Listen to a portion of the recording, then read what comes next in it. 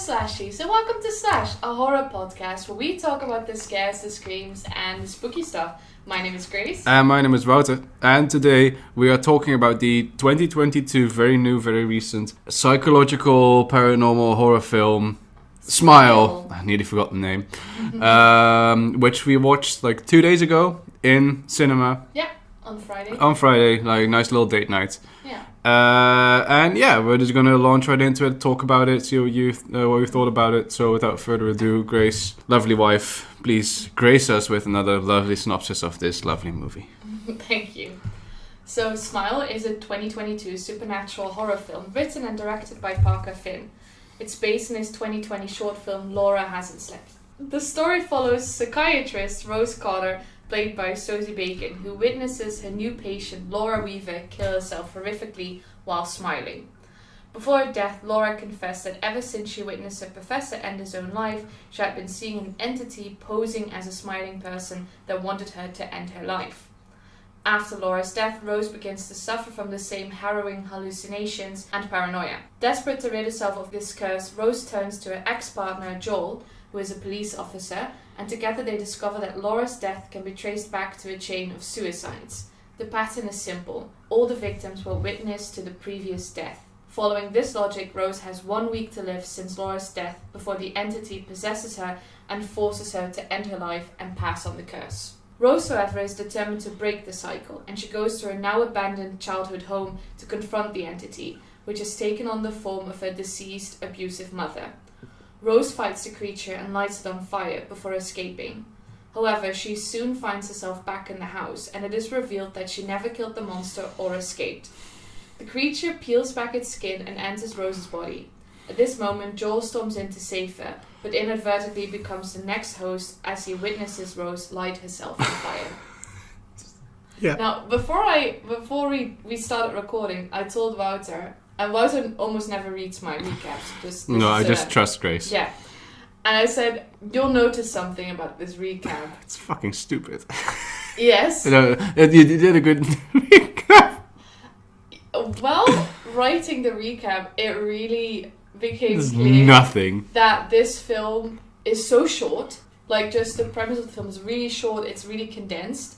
And then they stretched it out because this is like a 2-hour film. Oh man, it had like a break in between. Yeah, and if you read this, if you listen to me summarize it, that is not a 2-hour film. Absolutely not. I could easily cut out so much of this film, and it just doesn't change. It doesn't affect the premise. There's a whole plot line with the sister. There's like another patient. Who? Carl. Oh, Carl. Yeah. Carl? Yeah, who is just a total red herring. Yeah. Carl doesn't do anything. She's separating with her fiance, who's A-Train. A-Train from The Boys. Go watch The Boys. Boys was a great series. Yeah. There's like a thing with her own therapist, the whole thing with her mum, and I guess that is semi-relevant, but the sister, there is so much shit going on. Something happens to a cat, and it's just thrown in there to be creepy and scary, but it doesn't matter. It doesn't really matter. This movie is going through the motions of a horror film. Yeah, and like it's very telling that you told me like right before you started writing the synopsis that this film is based on the director's short film that he did like a few years ago. And it makes so much sense to me now that it basically had like a short film, like must have been like half an hour, if that. And then just like, ooh, we got a movie deal. Let's shellac another 1.5 hours on top of it. Because the reason I was laughing at the synopsis, by the way, is like the ending fake out is so stupid. It is really stupid. I was like, ooh, okay. It's like, yes. And then she knows how to break the cycle. Yeah, makes sense. This is what you're building up to. This is good story progression that you've made. Nope, fuck you. We're going to do something else. Scary. Yeah, let's just talk about that. The theme of this film, because this is where, I think there's a lot of horror films out there that are maybe not that great, but they have sort of an interesting theme or idea, and then they sort of fail on the execution of that, right? So we were talking about Relic, for example, which is a really interesting film in the sense that it has a really interesting premise, namely sort of dementia, Alzheimer, as sort of this thing that happens to a person where they lose their sense of self and their sense of their surroundings. Sort of an existential dread as well, yeah. But also how that is, how that affects your family and how that is an hereditary thing, etc. Yeah.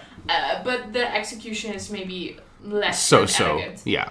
This movie stumbles way before that and is already a mess sort of at a thematic level. Absolutely, yeah. So it's kind of doomed from the start in that sense. We did not enjoy this movie a lot, by the way. Just getting that out there. It was not a great experience to begin with because, you know, the vibe was weird in the cinema. Yeah, this was also the first time we had been in cinema since lockdown that it was actually like packed. Absolutely, yeah. It was packed and people were maybe, you know, I've had a lot of good experiences with watching horror in cinema. I've had a lot of bad experiences.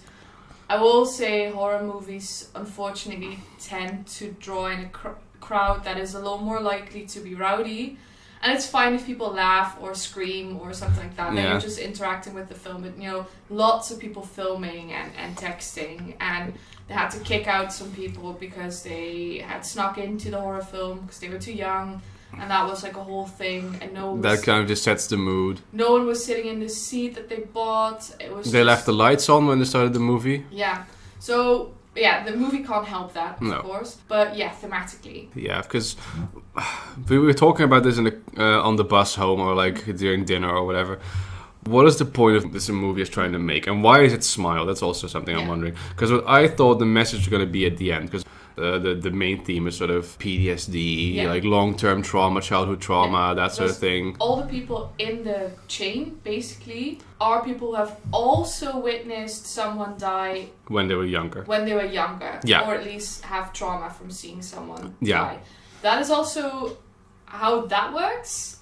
And if that applies to Joel... yeah, you just gotta accept that. Yeah, because then that's also an interesting question. Like, which one is the curse? Do you have to see somebody die horrifically who has also seen somebody die horrifically in their childhood, but has also seen somebody die in the chain? Yeah. Like, is it multi-leveled? That is what it's implying for sure. Yeah, it's fucking weird, right? Yeah. But okay, but what is the thematic point of this film? Is this film telling you, because it's called Smile, right? Yeah. Is it like, oh, you know, lots of us carry trauma with us that we don't see, because that's like a whole thing in the film, like nobody else can see it, you know? It's like, ooh, super clever, like that's at least one layer down already. But we're all supposed to just smile through it, you know? And that's creepy and that's fucked up. Like, oh, just smile through it. Smiling is not healthy. Just talk about your feelings, work through it, you know? Oh, I'm gonna confront my trauma, blah, blah, blah, blah. Okay, got a theme going, but they don't do shit with that. No, it opens on Laura talking to Carl, who's the red herring, and Carl is sort of repeating to himself, like, we're all gonna die, I'm gonna die, nobody matters. Yeah.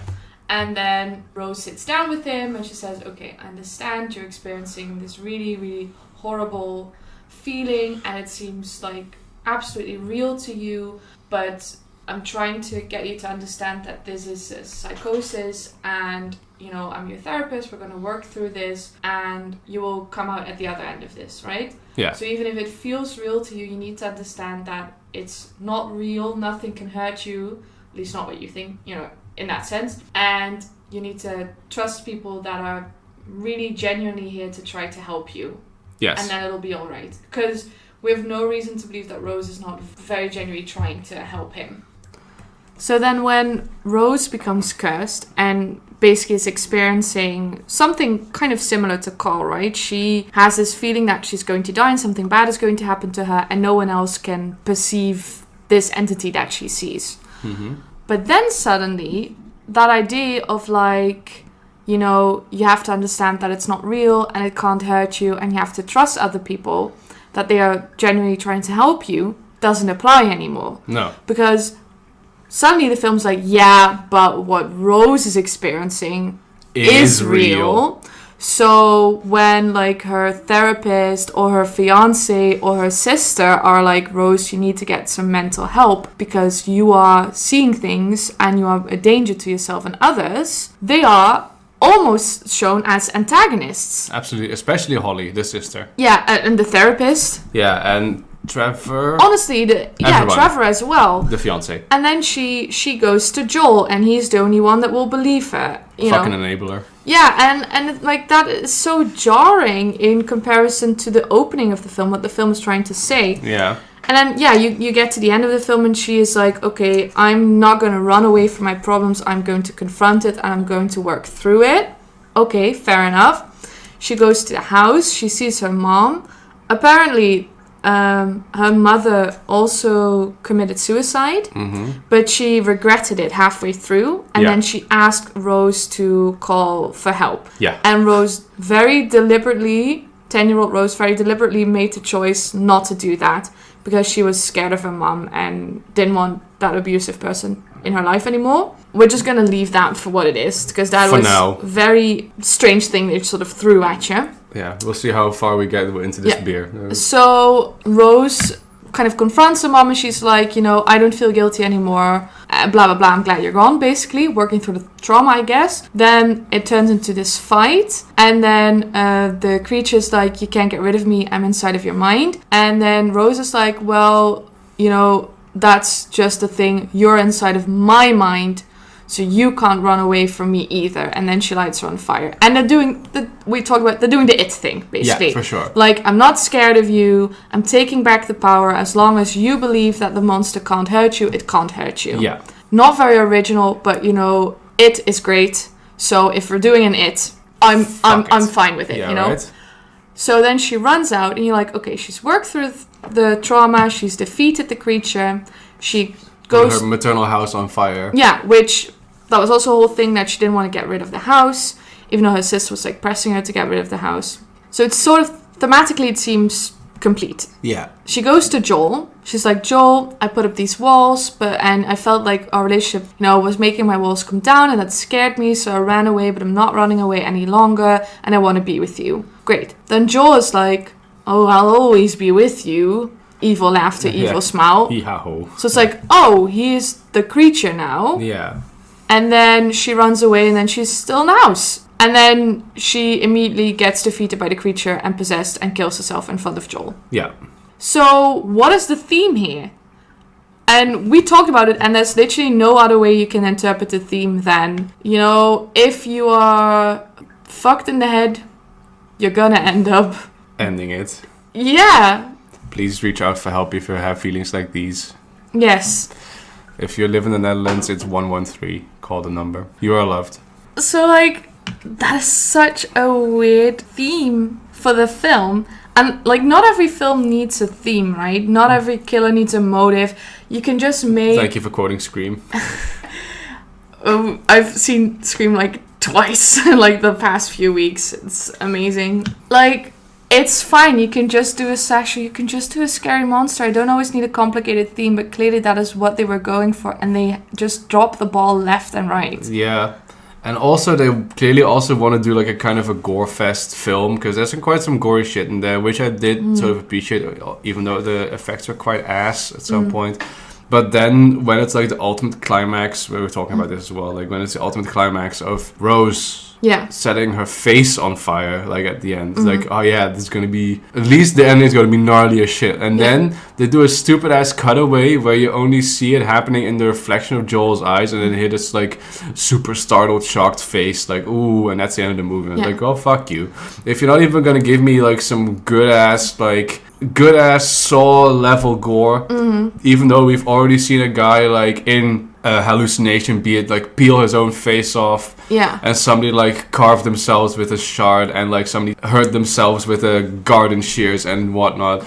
Beat their own face in. The aftermath, somebody beating their own face with a hammer. Don't pull punches. Yeah. Come on. Suddenly it's but it's not really about what's happening to her. It's about how this is now a trauma for Joel. And I'm I don't try to be classy now. No. Clearly, honestly, the only thing this film had going for it is that it was quite gory. So just show us the gore then. Wouldn't have been fucking awesome if you got the full gnarly, gross face peeling, burning at the end, and then the final shot, all this after just this charred skull, and then this huge mouthful of smiling teeth. Yes. Just a smile left. Wouldn't that be the ultimate culmination of the film Smile? Yeah. Isn't that what you want? That was not a lot of smiling in this film. No, like they let that symbolism go like right out the window. Like there's the opening scene where like that Laura patient like offs herself by like using a shard, and she starts from a broken vase. From a broken vase, yeah, and she starts like carving her mouth, and it works her way down to her neck, sort of making a smile pattern, and they even have a shot which I kind of appreciated, where she's like on the gurney with the white sheet over it, and then the blood sort of forms a smile underneath the sheet. And it's like, oh, okay, we're playing with the smile imagery, and then they immediately drop the ball, because the next person they show that like unalives himself is just this rando on like the security footage, and I was like, oh, he picks up garden shears, so he's gonna Joker himself with garden shears, and then he just stabs himself in the chest, and this old lady cuts her own eyes out. Yeah, just gouges her eyes out. Somebody else just jumps in front of a train. It's like, there's nothing like fucking get creative with it. We've had like 9 Saw movies. You have like a whole range, and like you have like The Hills of Eyes and whatever the fuck. You have all these great ass horror movies of like super creative kills. Get wild with it, because your movie has got nothing else going for it. At least do some wild ass kills. Give me something to look at. Yeah, exactly. And even when it's not the kills, like the smile imagery, like that was like the whole marketing as well. Like, oh, you see creepy people smiling on cameras and stuff. Yeah. We were both sort of expecting that as the film so dumb, by the progressed, way. You would sort of in the background, just like you would just have like a normal scene, and then in the background you would see someone like smiling and staring at the camera really creepily. Yeah. And like that would just like ramp up until maybe like everyone that Rose sees is smiling. And then it's sort of this thing like, now you need to smile too. You need to join us, Rose, or something. Yeah. Like that could have been creepy, like have her zap on the TV and everyone is just like creepily smiling. Went to a kid's birthday party. There wasn't one creepy child at the whole birthday party. So like, what was the point? Love it so much if all the kids just like, you're just playing out in the yard and then suddenly just dead stop and just all smile at Rose. But no. Just this random woman we've never seen before. Yeah, it's all just kind of, I don't know, like... The birthday party scene was also really bad and weird, and I guess they kind of tried to set it up, but it's like, like for who? Because there's like a whole thing where she's like at home alone, and then she's wrapping her nephew's gift, and she bought this like toy train for him, and then when she's done wrapping, she goes to look for her cat because she wants to feed the cat, and the cat's missing. And mustache. And then I didn't really put 2 and 2 together until like at the party scene, and then she put the box on the table. I was like, oh, fucking cat's in a box. And yep, she okay, the film wants to leave it vague whether it's the creature who killed the cat, but then you're getting into a whole other thing of what can the creature do and what can't it do, or Rose killed the cat, forgot, and put it in a box. And like that, I thought, kind of fun, like unnecessary that the animal had to die. Obviously the animal didn't really die, I hope, but still, like, I guess kind of gnarly. Only death that really made me feel sad. Yeah. Also, if I can interject just 1 second, film doesn't trust you as the audience for one freaking bit. No. They open the box, and I think this is a great moment to not show us what's in the box, right? Yeah. What's in the box? So they pull out the cat because they don't trust you to put 2 and 2 together that it's the cat. That's fine. We get to see the cat. Okay. Then they zoom in. Oh my god, yeah. On the name tag, because the film doesn't trust that you are smart enough to figure that this bloodied cat could be the missing cat from 2 scenes ago. Yeah. Like, oh my god, if you don't trust your audience to, like, remember 2 scenes ago, how insecure are you in your own film? Yeah, no, it's in your own audience. Yeah. And then they get into like this sequence where everybody rightfully is really mad at Rose for putting a dead cat in this kid's birthday gift. Yeah.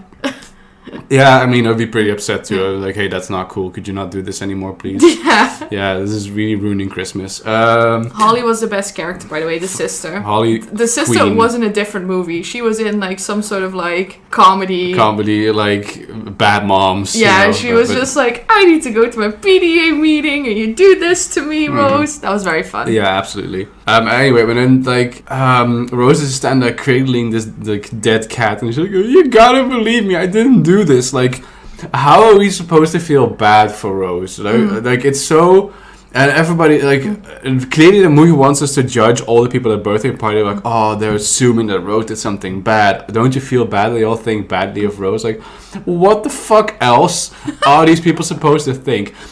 All they see is lady who's clearly not doing super great, like clearly on like 1.5 day of sleep in a month, you know? Comes in, puts a box down on the table. Kid unwraps the box, and her dead cat is in there. What else are they supposed to conclude other than this fucked up lady killed a cat and put it in the box? Maybe because she is so delusional and forgot, or worse, fully deliberately to fuck up this child. And even then, like, Holly and her husband are like... Greg are like, get help, right? Yeah. You're not doing okay. And this really traumatized Jackson, this is a child. Like, this really has an impact on other people as well. Like, you need to get help. You're starting to sound like mom. But still in a way where they're very clearly, like, concerned for her. And they're not even, like, blaming her in that sense, right? Not being they're condescending. not like, you killed your cat, you crazy person. But they're like, hey, you're having some sort of breakdown. And you need to accept help because you are a danger to yourself and others. Yeah. Which is they're fully in their right. And it's basically what Rose is saying in the first scene. So again, like, whose side are we supposed to be on? Because I guess not Holly and Greg. I guess we're supposed to be like, how dare you assume Rose would kill a cat? Yeah. And like that sort of, and even when she has this scene with Trevor, her fiance, like in the aftermath, like oh hey, they're like in the car, and it's one of the most unintentionally funny scenes in the film.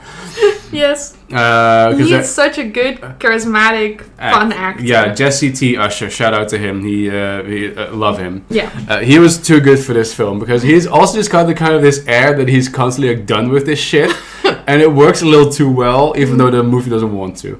But they're in the car, like he's clearly just picked her up from the cursed birthday party, and she is like, okay, Trevor, you need to believe me, man. I'm seeing something. And it's making me feel bad. And it is what... and then he is like, just like, did you kill Mustache? It's like, no, you gotta believe me, that was the thing.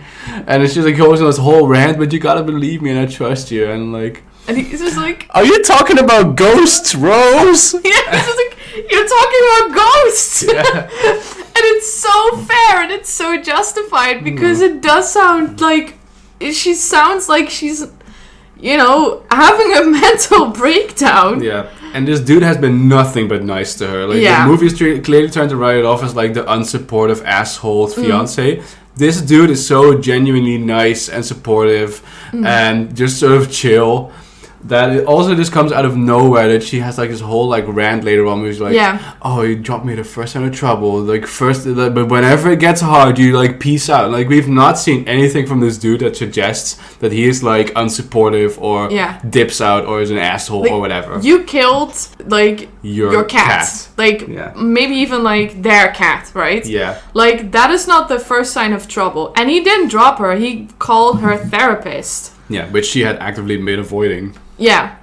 So clearly it was like, I'm trying to get you help and work through this. Like, I'm gonna be honest, if you start gift wrapping Lufa, I'm gonna be a little concerned, you know? Yeah, and they're not even married yet, you know? Like, if you're, like, engaged, then it's like, okay, like, millions of grounds to, like, you know what? Dip out before we're committed to this shit, you know? But he understands, like, okay, she's going through something and I want to support her and help her through this. But the only way Rose wants to be helped is just by being enabled. So what a weird thing for the movie to side with. Yeah. It's sort of the same problem that, like, Joker has, right? It's like, the sort of the dumb implication that the current, like, mental health care system is failing. Yeah. So the only thing that really helps is, like, gratuitous violence towards either yourself or others. Yeah, it's the thing, like, oh, nothing helps and everything sucks. So, okay, great. What a wonderful movie. Yeah, right. Yeah. No, I didn't like it. It's not great, no. I think we'll end on some positive notes, but... apart from sort of like the writing, I think the acting was okay. I don't know if Sosie Carter... She had some... You mean Sosie Bacon, you mean? Oh yeah, Sosie Bacon has... She has some really good scenes. I think the scene at the party where she's cradling the cat was pretty good. Sure. But yeah, it's not... The movie's not asking for a lot of range. Nah. Right? As in, like, sure, she has like really, really intense breakdowns, but that sort of... I feel like she's at a 10 the whole movie, so it's not incredibly compelling. Sorry, Sosie. Your dad's Kevin Bacon, you're fine either way. I think that I didn't like the music. The sound design was fucking ass. Yeah, the score was pretty strange. They sort of did like this. They did a synth kind of sound because they've also seen Stranger Things. And but it was sort of like I can't reproduce it, but it made some scenes sound awkward rather than unsettling. Just sort of like, I've seen something or something. Yeah, that was it. I was like, okay, sort of. It's like it just didn't really add to the creepiness, but it just made it seem like it was an awkward conversation. Yeah. And then I wasn't a huge fan of the cinematography. We talked about this in the car as well. I know you agree with me. There were a lot of these sort of shots in there that seemed to pad the film, or that seemed to be like an homage to something else, but it wasn't really doing anything. No. There's like this whole really long shot where you watch her like through the window and she's doing something to like her hair or something, or her shirt. But like, what is that scene doing? Like, are we supposed to get the feeling that something is watching her? No, not really. Are we supposed to get the feeling that she's gonna jump from the window? That's what I thought was gonna happen, yeah. But then none of that really happens. There's a lot of these shots where like the world turns upside down.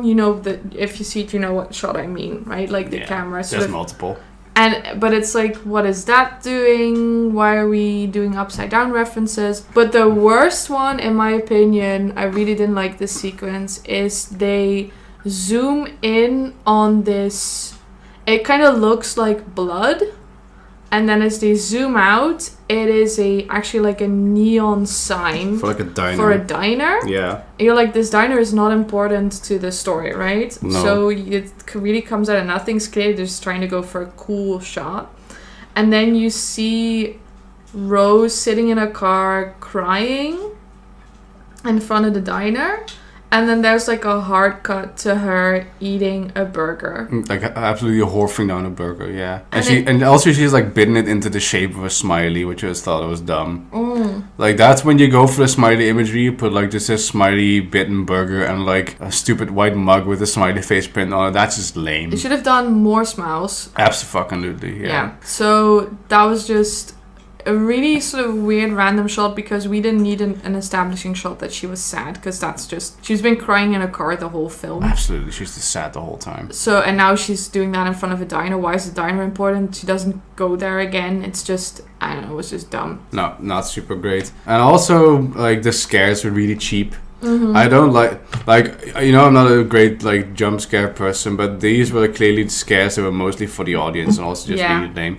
Like there's a few that are like technically quote unquote earned, but they're not scary, like scary, but like, cause like there's these like scenes where she's just on edge in her house and she's like, oh, someone there, and then the bell rings or the phone rings and I was like, oh yeah, I guess you get spooked by that. Yeah, anybody would. Yeah. But then the like real jump scares are all like supernatural ones. And I hate this. Like, I never like this because it's like, if you do a supernatural jump scare, then anything goes really. You just do the cheapest ones possible. Because if you establish, for example, that like the weird Mrs. Kerr's mom monster is in the room in front of Rose, right? And then you cut like to a dark hallway, completely silent. Okay, jump scare is coming up. You expect her to come bursting from the room like and scare her in the face.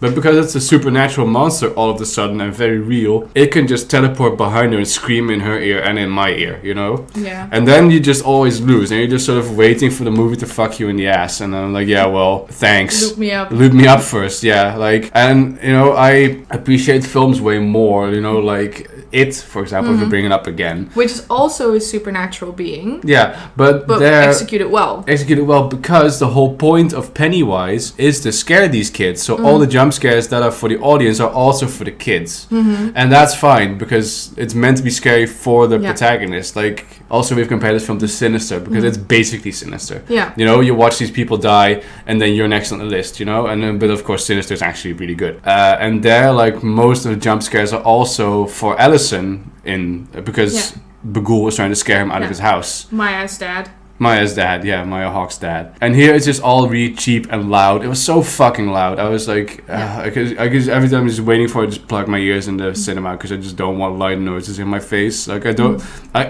like jump scares, but like there's some good ones in there that get me good, and then I kind of laugh. Yeah. But these were just cheap and shitty. The only one I really liked was the Holly jump scare. That was probably the best scare in the film. Yeah. So Holly comes up to the car. Rose has just had like an altercation with Holly where basically she was like, oh, I didn't do anything. And Holly's like, girl, you wrapped your cat. Go find help. Yeah, and then Rose goes to sit in her car and she's like screaming and stuff. This was also kind of interesting that you see that Jackson is watching her scream in her car. So it's also showing like, oh, she's also... At this point, Jackson's already been traumatized by Rose's behavior. Yeah. And then you think...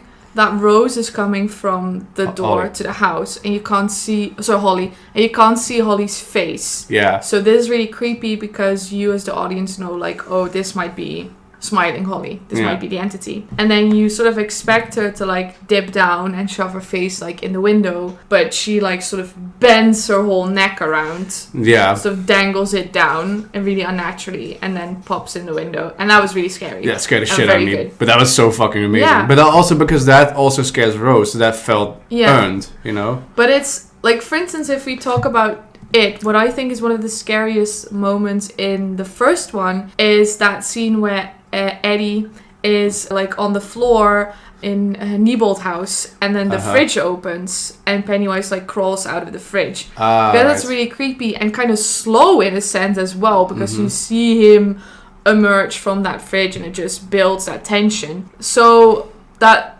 I guess that's what the scene you were talking about made me think of, like where you expect the creature to run down the hallway, but it pops up behind her. Like if the fridge would have just swung open and Pennywise would have just screamed boo really hard and that was the whole scene, that would have been, it would have scared you because it's a loud noise. Yeah. But watching him sort of like contort himself out of this fridge is a billion times scarier. Yeah. Another really good scare in the film is when Rose gets a phone call from the alarm company because the alarm went on. And they like ask her a few questions like, oh, what's your name, what's your security code, blah blah, and then it's like, oh, are you alone in the house? And she's like, yes. It's like, are you sure? That's so fucking good. It was so scary, and that's like that's the Scream level scariness, right? Yeah, that's tasty. That's because that's also a dread, like that's very a real. Tangible dread. Yeah. Are you sure you're alone in your house? Yeah, that is such a creepy thing to say. We were talking about this, like in Scream, obviously, like the killers are not supernatural, but it, in a sense, makes it scarier, right? When they're like, okay, spoilers, I guess. They sort of ask Casey Becker, so like in the opening scene, they ask her like a question like, where am I? Where am I? You know, there's two entrances or exits to your house. The patio and the front door, where am I? And then that is really, really creepy, right? Because she has to try to get out of this house and there's a 50% chance that she gets got. Yeah. Jokes, of course, there's a 100% chance she gets got because there's two of them. Yeah. Although I don't know if they're both there, but that doesn't really matter. Probably. Yeah. But here, it's sort of like, where am I? I'm a demon, so could be anywhere. Might be on the ceiling. I might be in the phone. I might be the phone. The phone's smiling now. Yeah. What if she looked at the phone and just had like an 8-bit smiley emoticon? Yeah, that would just be good. Yeah, would have been entertaining. Yeah. Yeah. I think this movie should have been sillier. Yeah. It should have been full of smiles. It shouldn't have had a theme.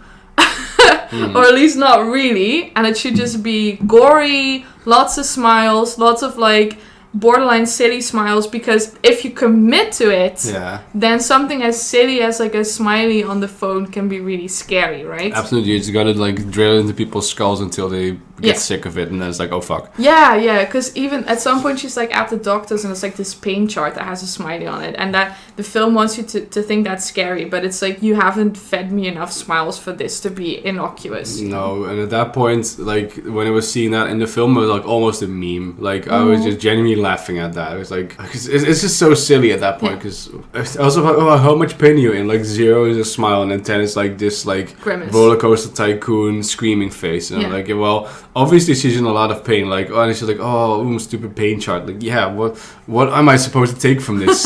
Like, if you're not giving me all the smiles, what is that supposed to represent? What is that supposed to mean? Like, I don't believe that she's getting... You're not going to convince me that she's getting scared because of the pain chart. No, because she hasn't seen that many smiling people. Yeah, at least not, like, in, like, motifs as well, right? No. And there's a stupid scene where she had the therapist. We talked about it before. Yeah. It's the nicest looking lady. Absolutely. Super friendly. So super friendly. And then she does a scary smile. And then they give her a demon voice. And then she starts chasing her. And they add like underneath her footsteps, which makes no sense.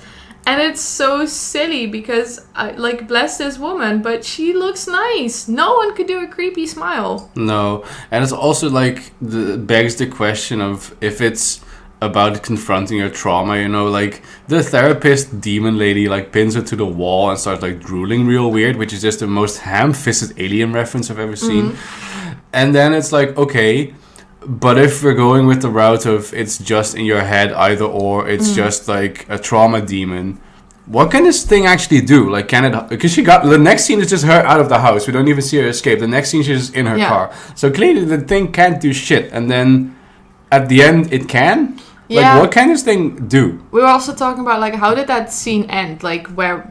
we didn't see it end, right? Because we just see the woman drooling and then next scene she's somewhere else. Like, is the monster just like, that scared you good, until next time, kid? Yeah. You know, like, what... See you on Tuesday. Yeah, what's going on there? It's just really... And if the film isn't grabbing you, you start asking those kind of questions. If it's a good film and it's tense, then you don't care. You're like, fine, whatever, she got out or something. But... yeah, it just didn't. And there were too many fake outs, and it just... too many hallucinations to the point where it didn't become... like, to the point where it became blurry, not like, oh, what's real, what isn't, or what's relevant, and what isn't. Yeah, exactly, yeah. Because they did, like, another fake out where she kills someone because she thinks that is a good way to pass on the curse. It just became kind of whatever, you know. At that point, you can show us whatever and then be like, it was fake, we tricked you. It's like, yeah, you didn't trick me, you just lied. Yeah, exactly. Wouldn't trick you? No. What? I saved you. Yeah. Wouldn't it have been fun if the therapist lady just grabs her by the face and then starts drooling and just like, kiss me, fat boy. That would have been... and then she's like, what? And the therapist like in It. in the 90s miniseries It. Did you not see that? No. Okay, I need to change my routine. Yeah, so this is basically shitty It wrapped in sinister. So go watch either of those films. Yeah. And go watch The Boys. Mm-hmm. I guess is what we'll end on. Yeah. Acting's good. Had a okay premise. Did shit. Did not know how to handle its theme. No, not at all. Looking forward to other good movies though, hopefully. Yeah, we saw some really great trailers. We saw the trailer for The Barbarian. Yeah. It's Barbarian. Just Barbarian, which we're going to see on... this Friday. Yes, we're going to like a horror night at the cinema. It's going to be really fun. Mm-hmm. For Halloween. No. Don't know when this will come out, but right now we're like a week before Halloween. Yeah. And yeah, that's going to be really cool. The Invitation. The Invitation, I thought looked really cool. I think you thought it was a little silly, but I think it's going to be like a good... don't think about it too much and just enjoy the set, the costumes, etc. I mean, if it's better than Ready or Not, then I'm already happy, you know. Yeah. It's just the trailer gave too much away. Ready or Not, you know, it wasn't a bad film. Like, it wasn't as good as it could be, but I think it was still fun. I was entertained for the most part, sure. Yeah. Yeah. And we also saw a trailer for Prey for the Devil, with Prey with an E. Yeah, but we're probably not going to watch that. No, it's just another possession film, and I'm not really into those. Yeah, it's honestly, watching it just made me want to rewatch Saint Maud.